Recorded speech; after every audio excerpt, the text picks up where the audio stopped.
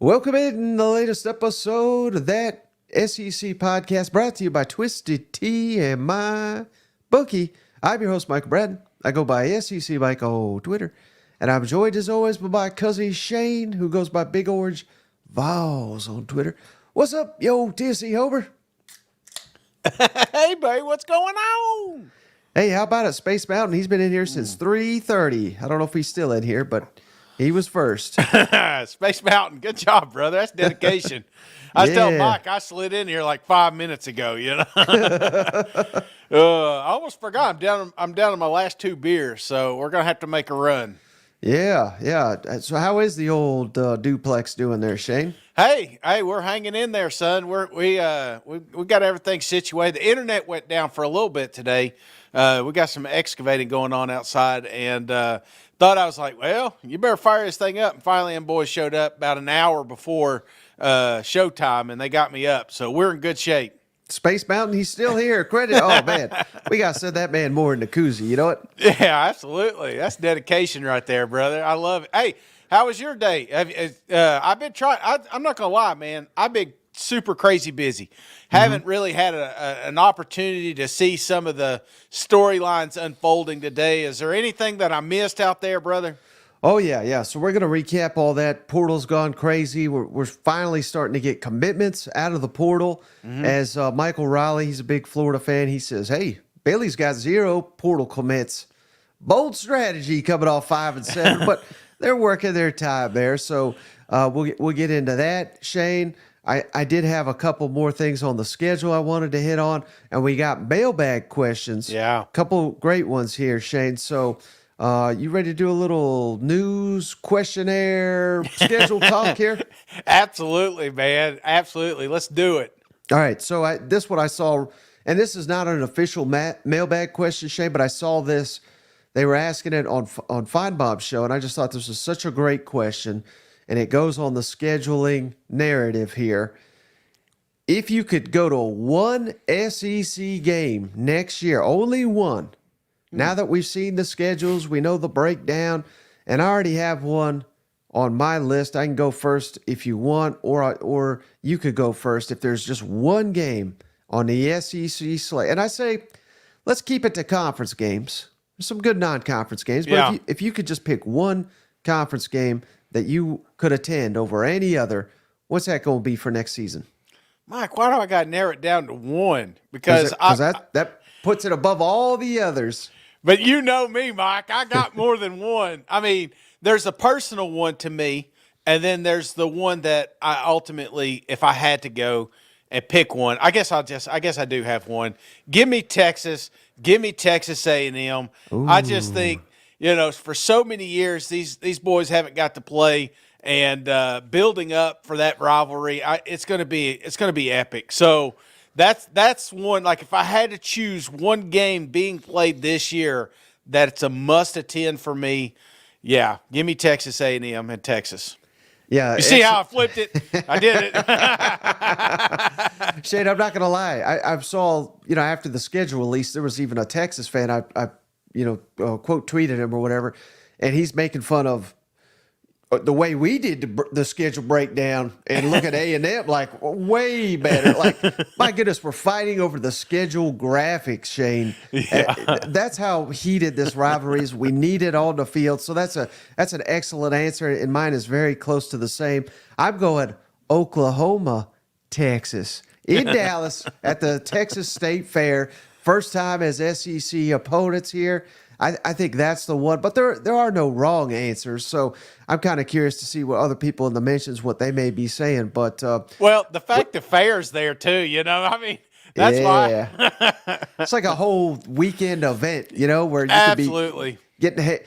Well, they won't judge you too bad in the SEC. If it's say Georgia at Bama, if you get drunk Friday, Saturday, Sunday, people may let that slide. At the Texas State Fair, I think it's like you almost have to be wasted the entire time. Absolutely, man. I mean, we'll have fried Snicker bars and wax beer and good football. I'm all in, brother. Right. And I could convince the family to go. Be like, I'm going to lead with the fair. Like, what would you think about going to the Texas State Fair? Oh, by the way, they're playing a football game there. All right, so I wanted to ask you this, Shane. Biggest winners from the SEC schedule release. I already came prepared with my list, so we'll just go off of mine, and you let me know if you agree or disagree with my top 5 winners from the SEC schedule release. How's that sound?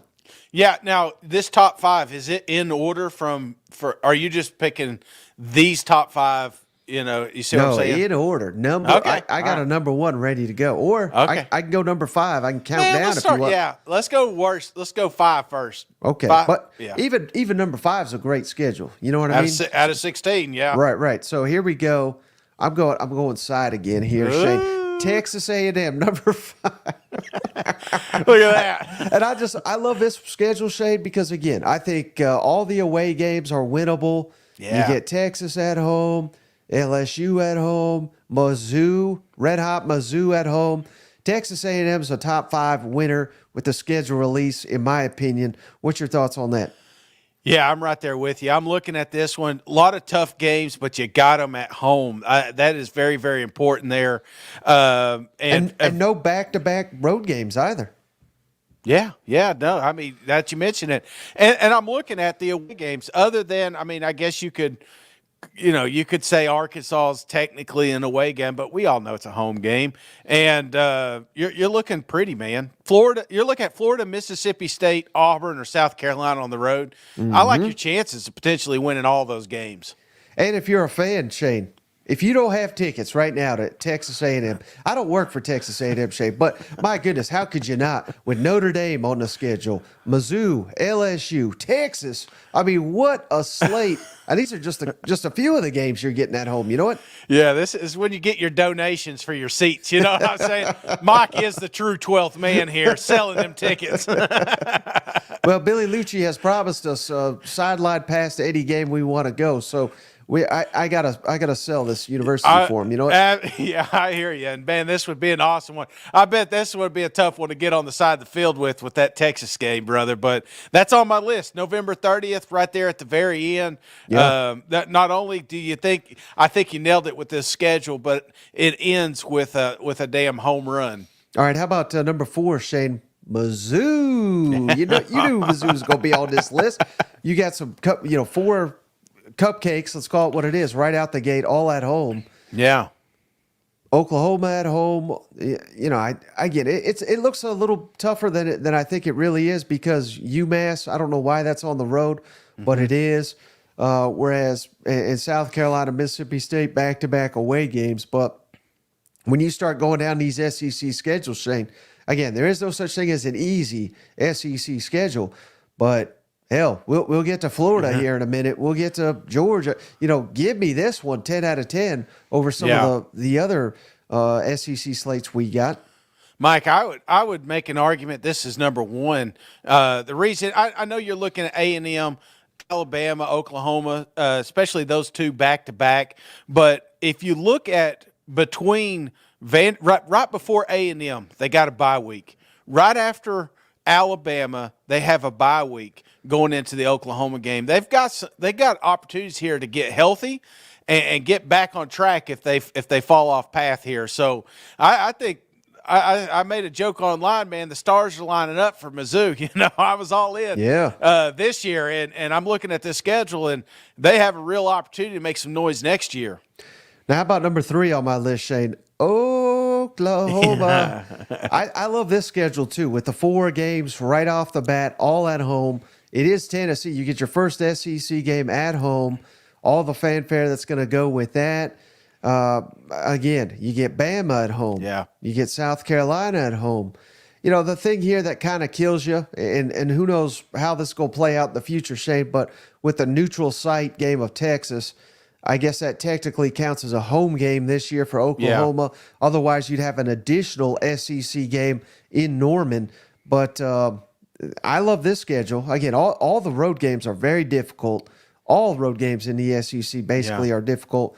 But some winnable ones, too, I think, for Oklahoma. I really like this schedule for the Sooners. Yeah, I do too, especially the start of the season. Gives them an opportunity to kind of get their feet wet, but it does close out strong, man. You're looking at Mizzou, Alabama, LSU. These are all 3 teams that maybe at the start of the season are top 12 in the college football playoff run. So, yeah, you start out easy, but it ends pretty rough there. Yeah, well, you know where it ain't so bad, Shane? Texas, number 2 on the list. And maybe I've come around to it, Shane. I've seen all the mentions. You were right there with it, too.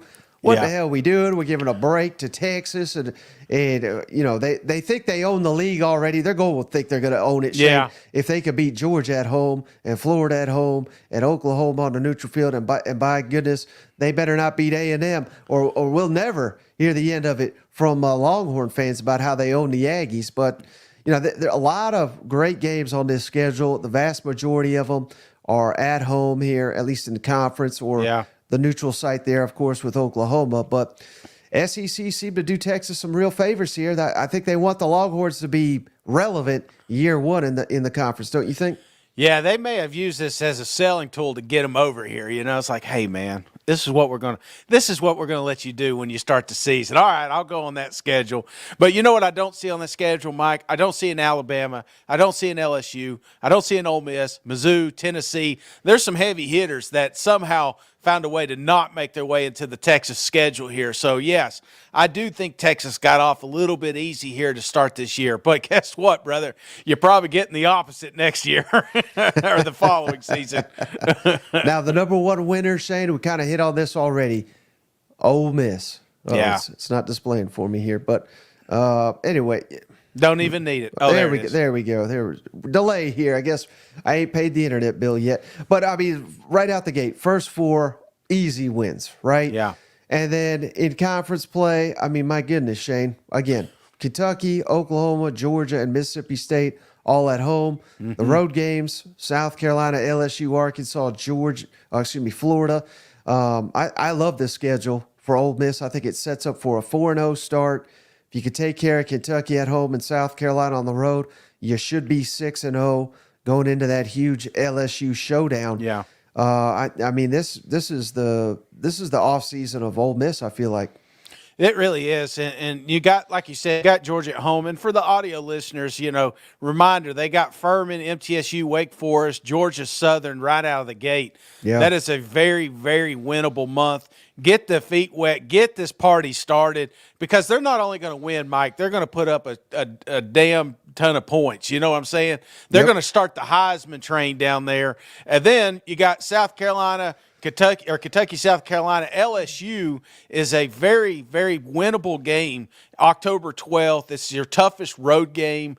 And then I'm looking at Georgia. Like if you lose, even if you lose to LSU and Georgia, Ole Miss is still in the top 12, I think, Mike, depending on how those boys play. But that's the kind of season that the SEC is going to bring us. And Ole Miss, man, they hit a home run here.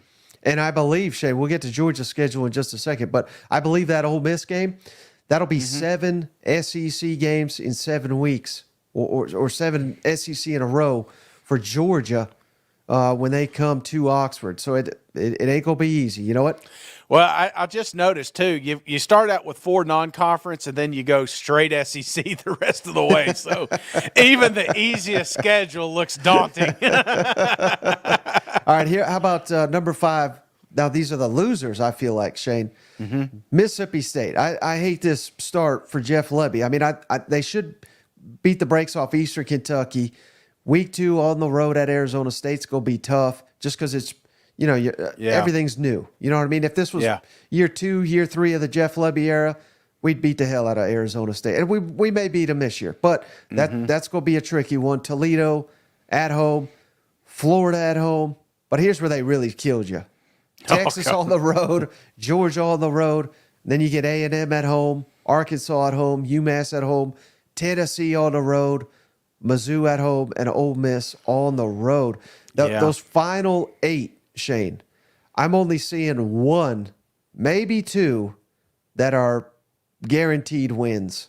And that doesn't mean they're going to lose a ball, but it's a tough slate for Jeff Lebby right out to start his career there. Yeah, maybe not just win, but at least be favorites, Right. I'm right there with you, Mike. This is that Arizona State, that one's, we don't know. That's the one game you always like to pencil in as an easy victory in the offseason. but then you're staring down the barrel of a third quarter and it's like a 2-point game. You never know. The Florida Gators, they've got you got to realize that the Florida Gators have got a tough schedule, which I'm sure it's going to be on your list here in a second. But this is one of those games that you're going to get the best of the Florida because they realize every opportunity that they have. I mean, it's going to be slim. You know what I'm saying? And this is a game they have to have. So, what a schedule, man. I'm looking at this and imagining these football games, brother. Mississippi State's got their hands full. Yeah. How about this comment on YouTube, Shane, from Robert? Geez, every time I turn on YouTube, you two are staring back at me. Are you married? You got kids? I mean, I think Robert is concerned for our well-being here, but no, we're just trying to deliver the best SEC content we can, Robert. I didn't know that was a crime. My family keeps asking me, "Don't you have another emergency pod you got to jump on or something? Isn't there another playoff or a schedule release?" So they're pushing you to do more, huh? Yeah, absolutely. Yeah. She's coming up with new shows to do. Like, you know what you should do, as long as it doesn't involve you over here. Get the hell out of this house. All right, how about number 4, Shane? Number 4 loser, Alabama, Shane. And again, I get it. They're going to be favored in damn near all these, if not all of them. They may be favored in all of them, Shane. But I can't get over the fact that I'm sitting here looking at this schedule at Western Kentucky and South Florida right out the gate. Easy wins. I get it. But then at Wisconsin, Georgia at home, at Vandy, South Carolina at home, at Tennessee, Mizzou at home, at LSU, Mercer at home, at Oklahoma, and then Auburn at home. I mean, starting from Wisconsin to Auburn, I think you could make the case damn near every other game is like a serious test. And this is the first, and that's no slight to Alabama, but I'm just saying, like, if they show up with their B game against Georgia, you could lose. You do that again at Tennessee, you lose. Yeah. Missouri at home, if they're still red hot, you can lose. At LSU, at Oklahoma. I mean, all these games are losable. And this is the first time in my life that I can remember an Alabama schedule looking like this. Yeah, I mean, you're right. And I think Nick Saban's blood pressure was through the roof when he saw it for the first time. You know what I'm saying? He did not like this. He did not want to expand. This is why, because you got to play more teams like this. Right. But I will say the silver lining here for Bama is they can win all these games. You know what I'm saying? Alabama can run the board and imagine going undefeated with that schedule.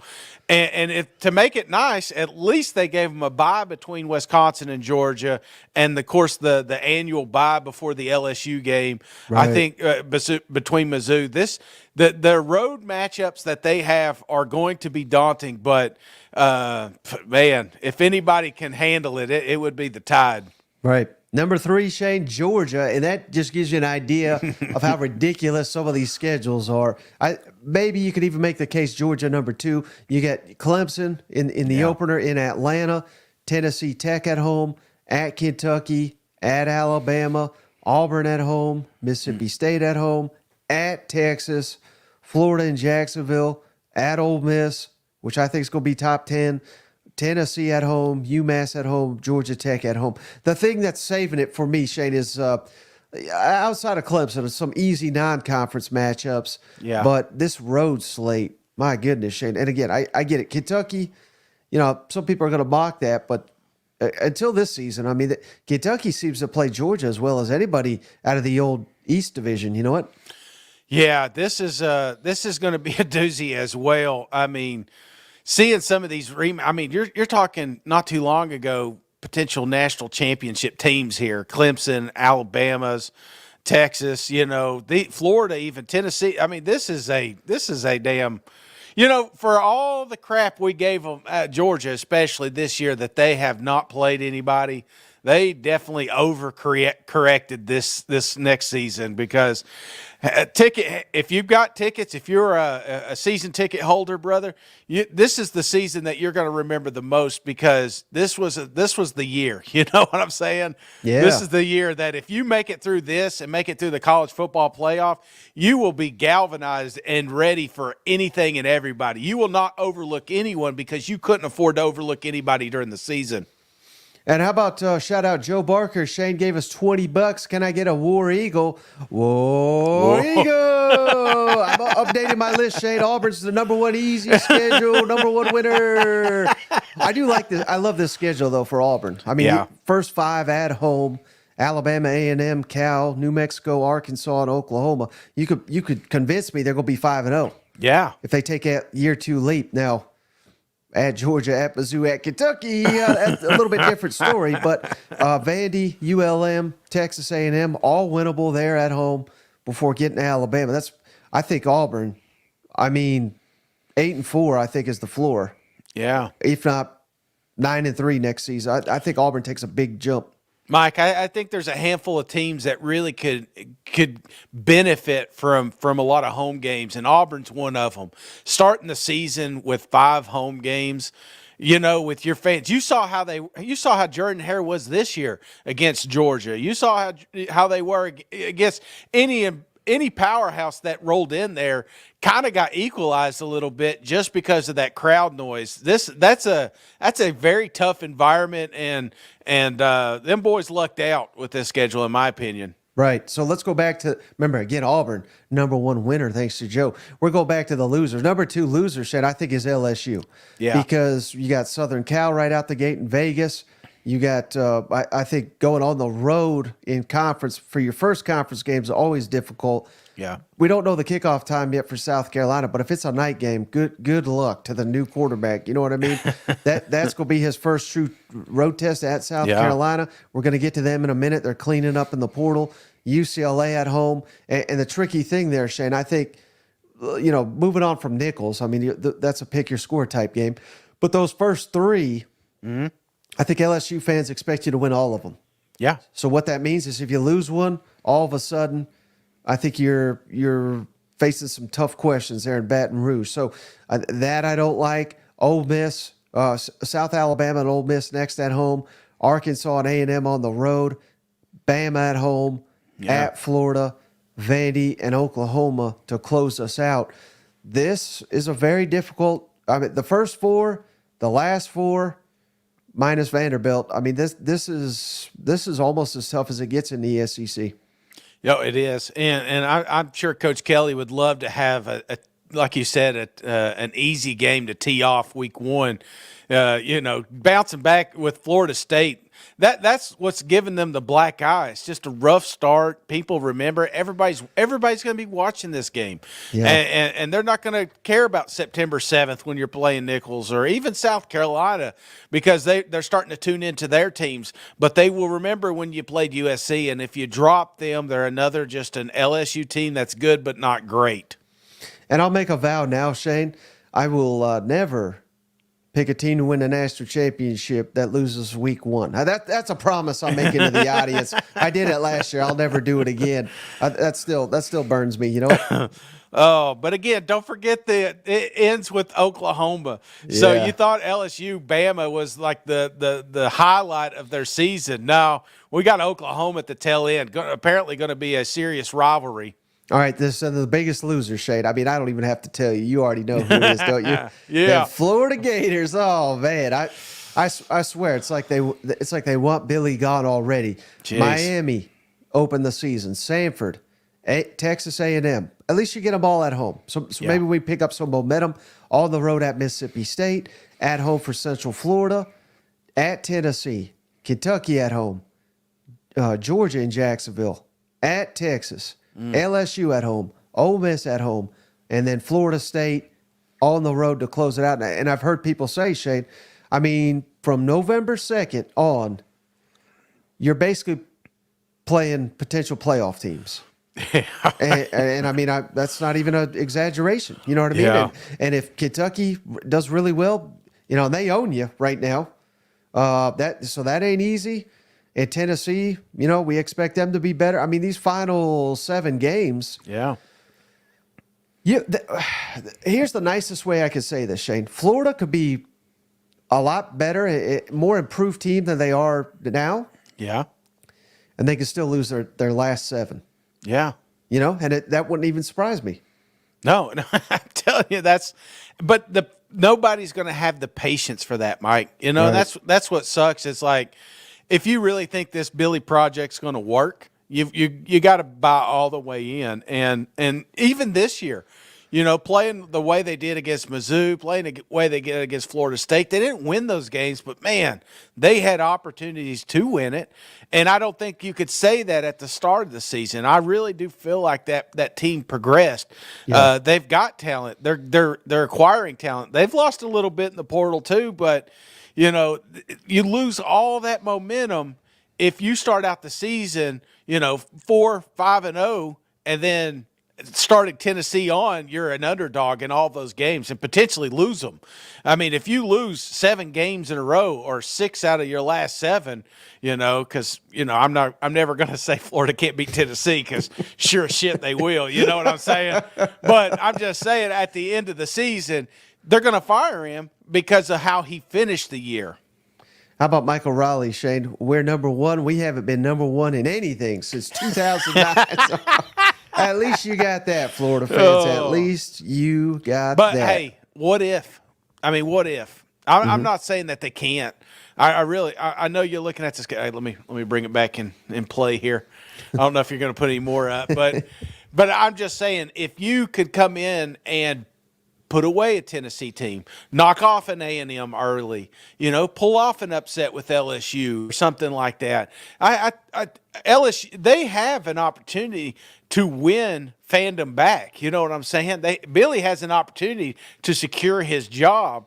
Yeah. And one thing I did like is there's a lot of home games, pivotal home games, that if the swamp gets behind them and they get rowdy down there, who knows? Florida, we may be looking back saying, you know, this is kind of like Mizzou. A lot of people doubted Mizzou last year, you know, or this year. I keep thinking we're on to the next season, but you know what I'm saying? A lot of people doubted them, saying they couldn't do it, and then they walked away with 10 wins. So that may be the same thing with the Florida Gators. Well, Shane, the portal has been active. Are you ready to get into some portal updates, my friend? Hell yeah, let's do it. Did we get somebody? Did Tennessee get one? Not yet. No, did we lose another? We got some Tennessee info in here as well, Shane. But right. The hottest team, and they got hit hard by the portal, Shane. Their fans were down in the dumps over the weekend. Well, they're back, baby. They're all back. South Carolina Gamecocks. They landed Rocket Sanders from Arkansas, led the SEC in rushing 2 seasons ago, dealt with a lot of injuries this season. If they can get him back to form, you know, Mario Anderson jumped in the portal himself, so they really needed some help via the portal. Rocket Sanders, that's a huge addition. Oh, yeah, absolutely, man. To go from no running back to arguably the best running back, I think you had a home run here. Yeah, and then that's before Mario. I mean, you know what I'm saying. Starting the season, we had no running back. So they also added Vanderbilt receiver Jaden McGowan, Shane, who he had over 80 catches and averaged over 10 yards per reception the last 2 seasons at Vanderbilt. He's only played for 2 seasons. He was a sophomore, and I thought he was the most dynamic playmaker they had at Vanderbilt. And if anybody's snickering, I mean, go watch Vanderbilt. I mean, I realized they were not good, but they had some playmakers, Shane. And I thought Jaden McGowan was the best of the bunch. Now he's a South Carolina Gamecock. Absolutely. Just turn on the first game, Hawaii. You know, they'll tell you. Yeah. Most dynamic player. You know, I was called that in high school too, Mike. You know? But hey, you're right. They needed more depth at running back. Shane. Yeah. They added North Texas running back Oscar Adawe. He had 738 rushing yards, 6 yards per carry, and 6 touchdowns. So you get a little bit more added depth there. Mm-hmm. They added another receiver, Shane, from Coastal Carolina, Jared Brown. He had over 1,000 combined yards, 740 receiving, 252 rushing, and 4 touchdowns. And then they added a Pitt defensive lineman, DeAndre Jules, who started 6 games, played in every game last season for Pitt. So South Carolina's, they've attacked that portal and really added some depth where they needed it at key positions. I love it, man. Beamer hasn't slept, man. He's in a new town every night sending pictures, you know what I'm saying? He don't know where he's at. He just knows he's bringing home another recruit. Yeah, and staying, I was about to say the East. There is no more East, Shane, but an old East rival, Kentucky, Yeah. They have needed some help at receiver, Shane. They got North Texas receiver Jamori Macklin. Yeah. He used to be at Missouri, and his I think it was his brother and maybe his uncle, Jeremy Macklin. Yeah. Or this may have even be his brother. I don't know, but he had over 1,000 yards last year at North Texas. He was considered by many to be the top receiver in the portal. Now he's at Kentucky. They also added Ohio State backup running back Chip Trayanum. I don't know. I butchered that name, I'm sure. But he had over 350 rushing yards, 3 touchdowns last season. And that's all they do at Kentucky is add these guys out of the portal and get production out of them. Yeah, that kid's getting a nickname real quick from us, Mike. Just call him Chip. I can remember that. Yeah.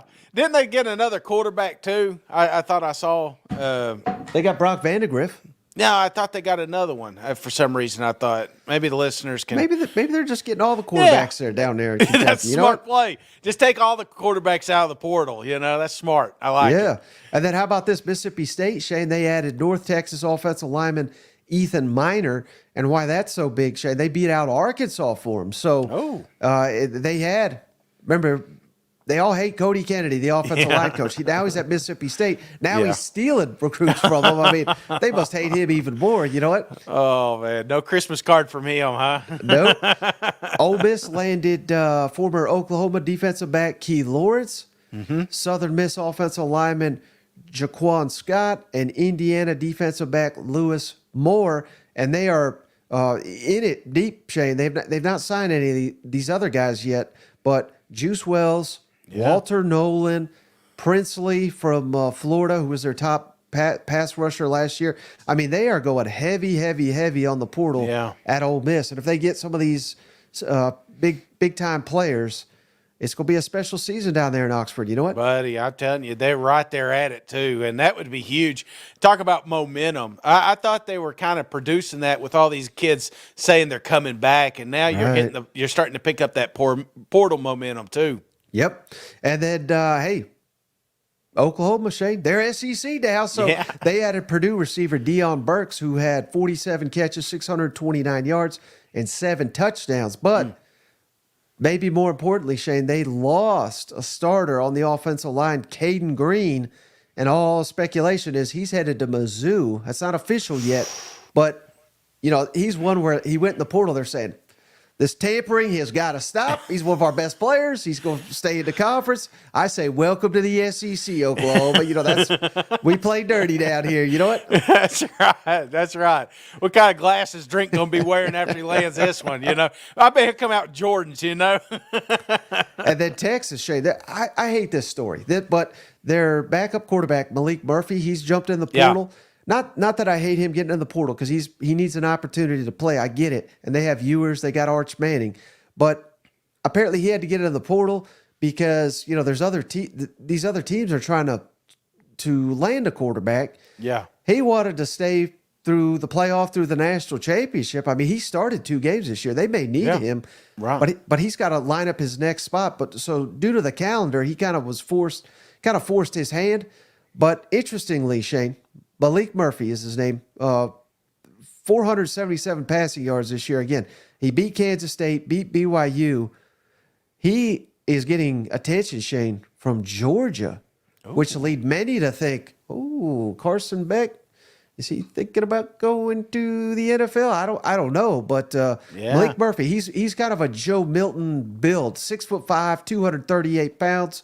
And if Sarkisian believed in him, then he's probably one hell of a quarterback. Yeah. But that's one to keep your eye on. He may be staying in the SEC. And another place, and I have not heard this yet, but I think he'd be a great fit down at Auburn, a little Cam Newton type player. Yeah. Well, let me ask you, because I thought if you're in the college football playoff, you got an extra 5 days, I thought, for this transfer portal. Are you just saying – because everyone's starting to secure quarterback roles, that's best for his interest to get in there now? Right. So let's just say, again, I don't know that he's going to Texas, or Georgia, but he could stay at Texas and then utilize the portal after the playoff and all that.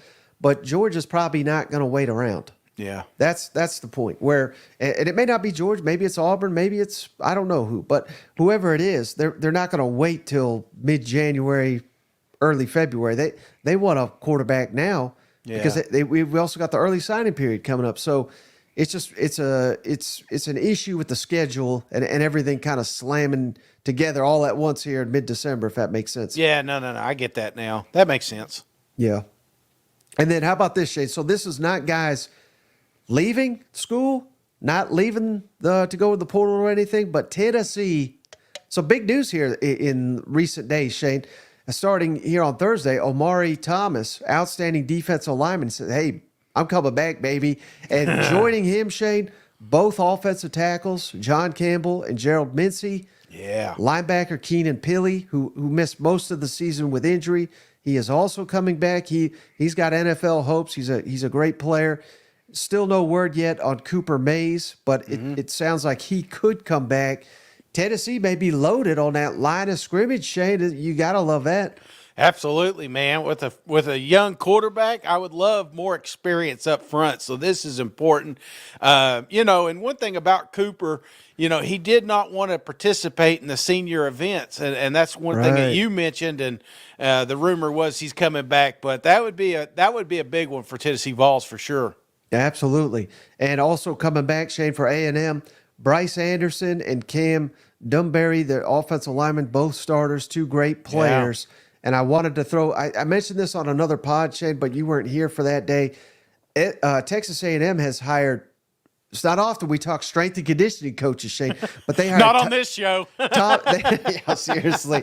We need to reach out to this guy, give us a regimen here or something. But Tommy Moffitt, who was at LSU, Shane, Yeah. Saban hired him. He stayed on through Les Miles and Coach O. He's got 3 national championships.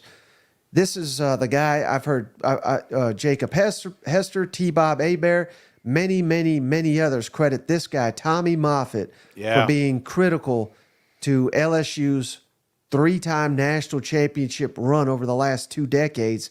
He is now at Texas A&M, hired by Mike Elko to run the strength and conditioning.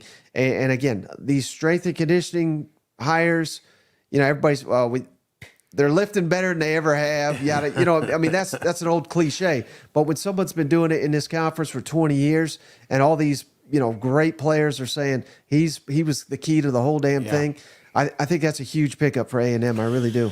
I do too, man. And like you said, we don't talk a lot of strength and conditioning on this show, clearly, but when you do have a short list of names of the best in the business, this is one toward the top that keeps popping up. So this is a big get. And this is something that people point at later in the season when you start seeing some of those repeat injuries, I mean, think about it.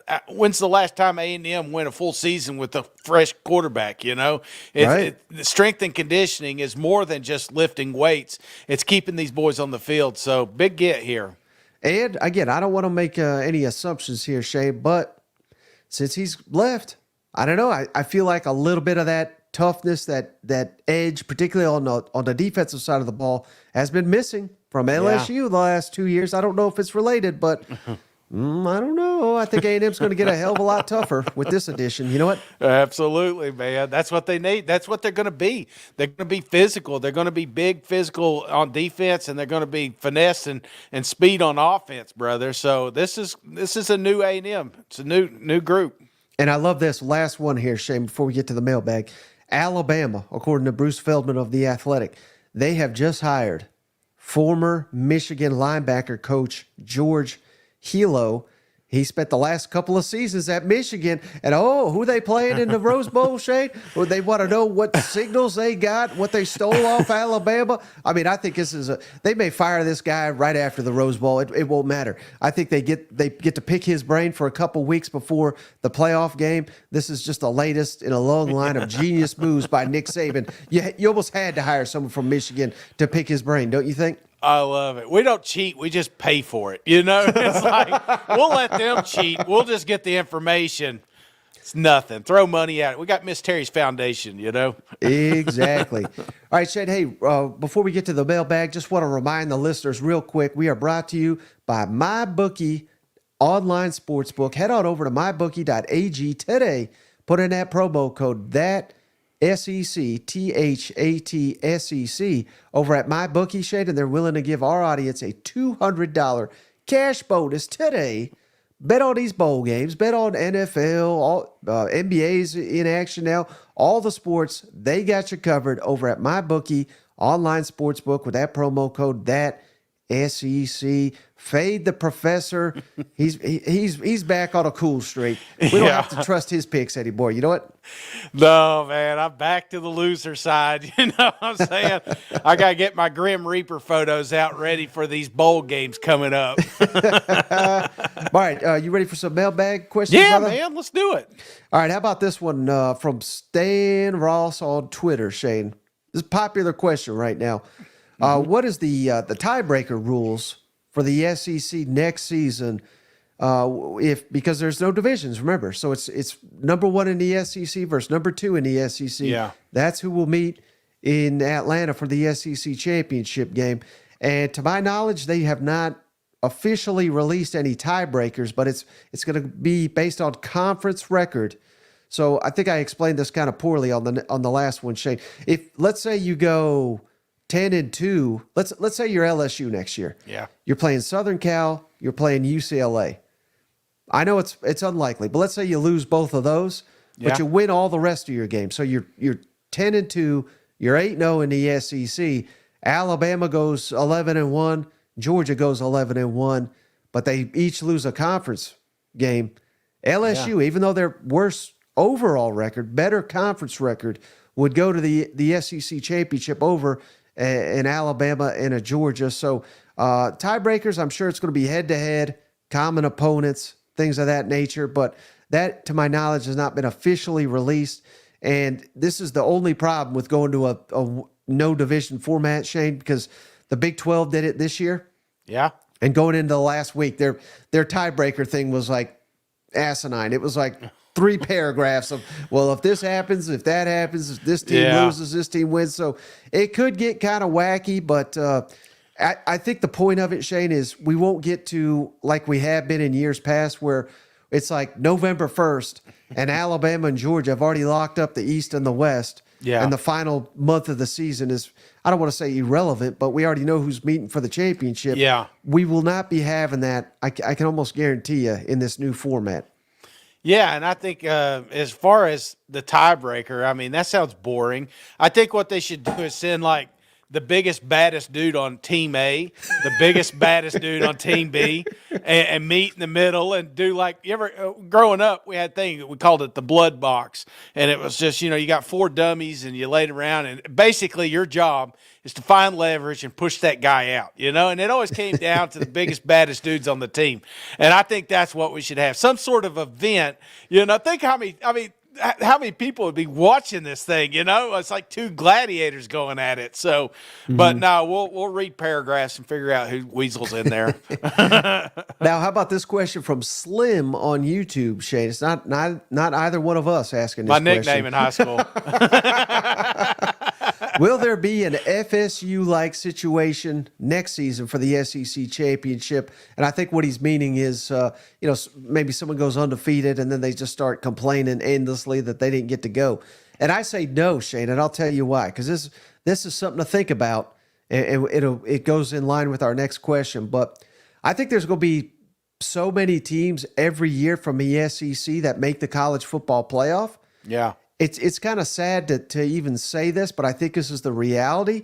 I don't know if it's going to be a major advantage to go to the SEC championship if you're already, a top 10 team that's going to go to the playoff, because it's just an extra game. And you want to win the SEC. I get it. Maybe that gets you a bye game or a home game or something like that.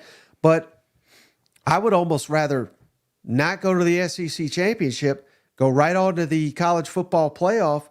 You don't risk the injury. One less game on your players' bodies. So those teams that are already knocking on the door of the playoff, I think they're going to be fine not going to the SEC championship. What's your thoughts on that? Well, yeah, I think that would be ideal, not playing that game. And I get it. It loses its luster if you're not in there. But like you said earlier, I think toward the tail end, if we're looking late November, all of those games are now important. You like you said, there's not teams that are just penciled their way into a college football playoffs. They can't afford to lose. Right. There's going to be a lot of 2-loss teams that may need an SEC championship win to get in, or God forbid, a 3-loss, or something like that. So SEC champ will never get lost out. So I know we kind of ventured off the question here, but and I don't even know if I'm answering it right. But whatever team wins the SEC is going in. That's going to be given. But I don't think that there will be an undefeated ACC team left out again because I think part of this is having those Power 5 conferences have one opponent in the bracket there. Right. And that kind of goes in line with our next question from Go Hogs 92 on YouTube, Shane. How many SEC teams do we think will make the playoff next year? And obviously it's tough to say without, seeing the field and knowing which teams elevate and fall and whatnot. But yeah, I'm confident saying at least 4. And I think it's closer to 5, maybe even 6. Wouldn't it be nice, Shane? 12-team playoff and half the field's SEC every year. I don't think that's realistic every year, but I think it will happen from time to time. And I think 4 is almost 3 to 4 is almost a given every year. Every year. I'm with you, and I'm leaning a little more toward 4. But there will be those years where maybe we just keep beating on each other, and we have a couple of 2-loss teams, and we're sitting there saying, well, this guy got beat by a top 5 and a top 8. He needs to be in there. So right. I think that there could be a real scenario that we may hit 5, even 6, but definitely 3 to 4 is a given. Right. And then Shane, I knew this was coming.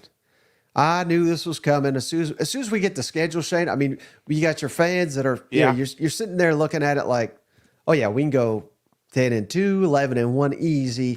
Now, on the other end of the spectrum, we've already heard, what week will Billy Napier be fired? Now we're getting questions. I'm going to throw up Arkansas' schedule here. They want to know, hey, if Sam Pittman goes 2-3, is he getting fired? That's by Bryce Carter here on Twitter. So let's run down real quick. 2-3.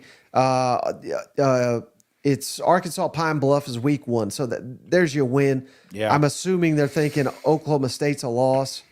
So UAB win, at Auburn loss, and then A&M. So that would be your third. I guess that's, again, I'm just projecting what he's thinking here. But would they fire Sam Pittman? Again, I'll run through that one more time. You beat Arkansas Pine Bluff. You lose to Oklahoma State. You beat UAB. You lose to Auburn. You lose to A&M. Would they turn around and fire Sam Pittman right then and there with Tennessee and LSU on deck? I don't think they would. What do you think? No, and I mean, we've seen a lot of coaches fired, in the SEC. So if I'm looking at this schedule, it's got to be a game that you did, like, I don't know, like blown out. You know what I'm saying? Like Tennessee's got to blow them out, or LSU's got to blow them out. Dropping another Mississippi State game. That's a team that Arkansas is expecting a win. That's got to happen. So there's scenarios galore here, but the teams haven't even settled yet. So I don't feel comfortable talking about Sam losing. I would rather talk about how Sam destroys the schedule, you know what I'm saying, and gets an extension and ends up being the guy. But I mean, because you can make the same arguments if we sit here long enough. Right. Yeah, we can fire and hire just about all these damn coaches. You know what? It's the holidays, man. When you're trying to fire people.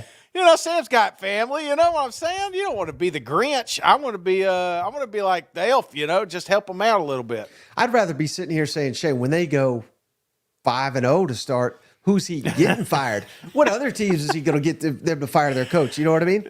Yeah, are we going to lose Bobby, because they had such a great season? Where's he going to coach next year, Yep. All right, final one here, Shane. I saved this one just for last, just for you, because I know you're going to love this. And I'll let you go as long as you want, because you may never stop here. But Lucid Dream 07 on YouTube. What's a typical breakfast for Cousin Shane? A typical breakfast. I know it doesn't look like it, but I'm not a huge breakfast guy. Yeah. But how about favorite breakfast then? Well, how about the breakfast I ate 2 days ago? Okay, here's what I had. So the wife, she was like, she's like, where you want to go? And we kind of argue. When my wife asked where we want to eat, and I don't know if your significant other's like this, but it's usually like I know which one she doesn't want. Like I know we're not having Chinese because I love Chinese. She hates it. And every now and then I know I could shoot for a Mexican restaurant, but she's not feeling it. I'm not going to do it. So we do like this cancellation thing, So she'll say this, I'll say that. And so we got to this point where arguing. I said, damn it, let's go to Waffle House. She goes, all right, I'll go to Waffle House. So I went in there. Obviously, this is the middle of the day, and it's not a typical breakfast meal, but Waffle House, and I'm not a spokesperson, they don't pay us any money for this. They got this Philly. We're open to it, though. Yeah. I mean, sit back, I'll tell you. They got this Philly hash brown thing going on that is to die for, brother. It's a Philly hash brown bowl, so it's like hash browns, Philly Philly steak with onions and stuff, brother. Come on now. And then, of course, I have to get a pecan waffle, because you got to have a little dessert, a little sweet side, so to balance out all that salt. So I wonder why I'm fat, Mike. I don't know. You know what I'm saying?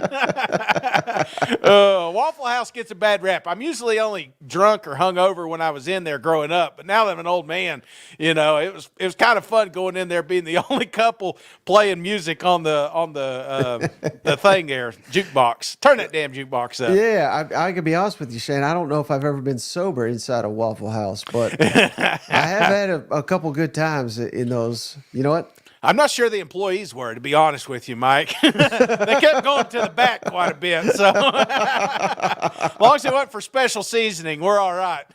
Yeah, and for me, I mean, again, this is going to sound weird, Shane, because I love donuts more than anything in life. Yeah.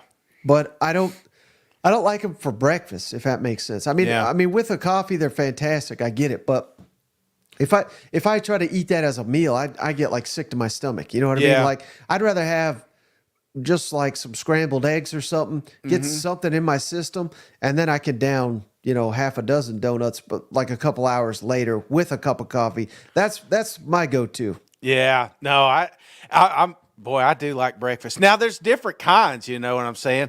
Like, I like 6 egg whites and turkey. No, I'm just kidding. I don't do none of that. A little spinach on the side. I was about to say, you damn liar. Biscuits and gravy are great, too, but you got to be real careful where you go. Some people just can't make it, But if you got a good place that makes good biscuits and gravy, yeah, I'll sign up for that as well. BD says, I can see Shane's eyeballs popping out of the sockets talking about that hash brown steak. Oh, man, I couldn't believe it, brother. When it came over, I was like, man, and it's only $10. Again, I don't work there. It's $10, you know what I'm saying? Oh, they even let me bring my own drink in, I'm not a tightwad, but I wanted to finish it. Carl's right here with it. Biscuits and sausage gravy, that's the best. Yeah. How about, have you ever had, I bet you've never had Whataburger breakfast. I know I haven't. You probably never even had a Whataburger. No, this is a Texas thing, right? Yeah, well, they got it here in Nashville now. They just opened one. How about Sandman? He's saying honey butter chicken biscuit. That sounds pretty good, doesn't it? Yeah. Now, if I'm going chicken biscuit, give me Bojangles Cajun filet. That's my go-to. Yeah. Now, my wife, she likes them chicken minis there at the Chick-fil-A. And if I go there, I will get the regular with pepper jack cheese, regular chicken biscuit. But, yeah, I can get behind some chicken biscuits now. Yeah, and I'll leave you with this one, Shane. I bet you've never done this, but at Chick-fil-A, obviously, most people go for the chicken, which, very good. But they have a breakfast sausage. And it's a curveball because you're like, hey, I'm at a chicken place. Why would I get the sausage? It's the best breakfast sausage I've ever had in my life. So next time you're at Chick-fil-A, breakfast time, get you that sausage. I promise you, you will not be disappointed. And they are not a sponsor either. Not yet, anyway. No. Too much cussing for them. Well, yeah, I'll hit one more on the way out. Pal's Cheddar Rounds. They need to figure a way to make this a staple at all of their meals, not just for breakfast. Because I'm not a big fan of their breakfast, but them Cheddar Rounds. You want to feel fat, Mike? Go to 2 fast food restaurants. Get a chicken biscuit at Bojangles. Go get you some Cheddar Rounds at Pal's. Then go home and cry in a pillow because you're a fat ass. Well, Shane, it's the off season when we talk breakfast for 10 Yeah. minutes, but we better get off here before we go all night long talking Yeah. about I'm the gonna go get breakfast some. menu. Let's go eat. You got anything else before we hop off the line? No. Wild. Keep your ears to the ground. Still got a wild weekend up ahead. Tune in Sunday, 7:00. We'll be going live. Yep. Look forward to seeing everybody there. This live. You can see we're constantly changing. We're trying to make it a better product for you guys, and a lot of you like this interaction. So we're going to try to keep rolling with that, man. And I enjoy it just listening to you guys talk. Yeah, and if anything happens during the weekend, anything that warrants a emergency podcast, surprise podcast, what have you, I'll jump on here. I'll be available. I ain't got anywhere. I don't got a life, Shane. So I'll be here all weekend long in case anything happens. But if not, we'll see you Sunday, 7:00 Eastern, 6 Central. I do appreciate each and every one of you for hanging out, and you, Cousin Shane, for hanging out as always. That's going to do it for this episode of the show. We'll catch you on the next one. All right, see you guys. Go.